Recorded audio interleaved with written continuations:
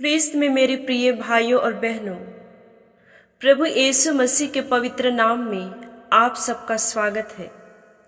आज हम 23 सितंबर 2025 के बाइबल पाठों पर मनन चिंतन करेंगे। इन पाठों में 3 बड़े संदेश छिपे हैं। पहला, पुनर्निर्माण और समर्पण। दूसरा, खुशी और परमेश्वर के घर का उत्साह। तीसरा, सच्चा परिवार कौन है।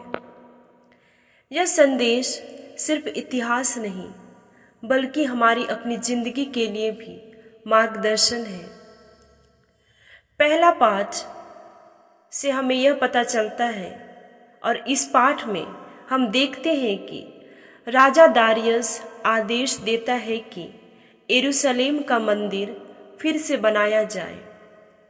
खर्च भी राजकीय खजाने से दिया जाए। लोग मेहनत करते हैं, अड़चनें आती हैं, पर अंत में मंदिर तैयार होता है और उसका समर्पण उत्सव मनाया जाता है। यह हमें याद दिलाता है कि परमेश्वर का काम कोई रोक नहीं सकता। कभी कभी विरोध होगा, कमी होगी, लेकिन जब परमेश्वर की इच्छा होती है तो राजाओं और शासकों तक को उसके लिए प्रयोग किया जाता है। समर्पण का अर्थ है जो कुछ हमारे पास है वह सब परमेश्वर को अर्पित करना। क्या हम अपनी जिंदगी को परमेश्वर के मंदिर की तरह बना रहे हैं? क्या हम अपनी प्रतिभा, अपना समय, अपने साधन परमेश्वर को समर्पित करते हैं या हम केवल अपने स्वार्थ के लिए जीते हैं? भजनकार कहता है, जब मुझसे कहा गया आओ हम प्रभु के भवन में चलें, तब मैं आनंदित हुआ। यरूशलेम शांति और एकता का शहर है। वहाँ सब लोग आराधना और धन्यवाद देने के लिए इकट्ठा होते हैं।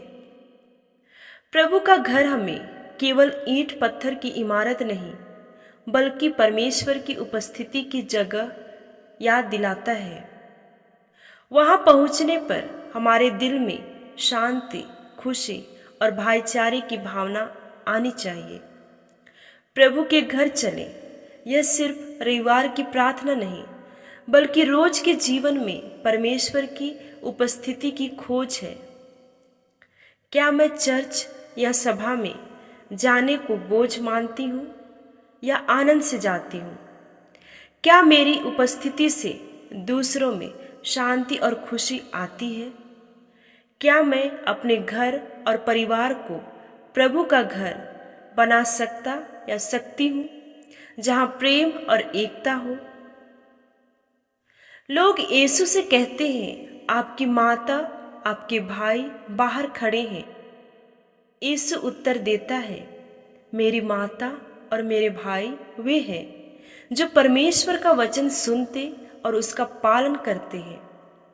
यहाँ यीशु अपने परिवार को नकार नहीं रहा बल्कि आध्यात्मिक परिवार का नया दृष्टिकोण दे रहा है। खून का रिश्ता महत्वपूर्ण है पर आत्मिक रिश्ता और भी बड़ा है। सच्चा शिष्य वही है जो सुनता भी है और करता भी है। क्या मैं केवल वचन सुनकर संतुष्ट हो जाता या जाती हूँ या उसको जी भी रहा हूँ या रही हूँ?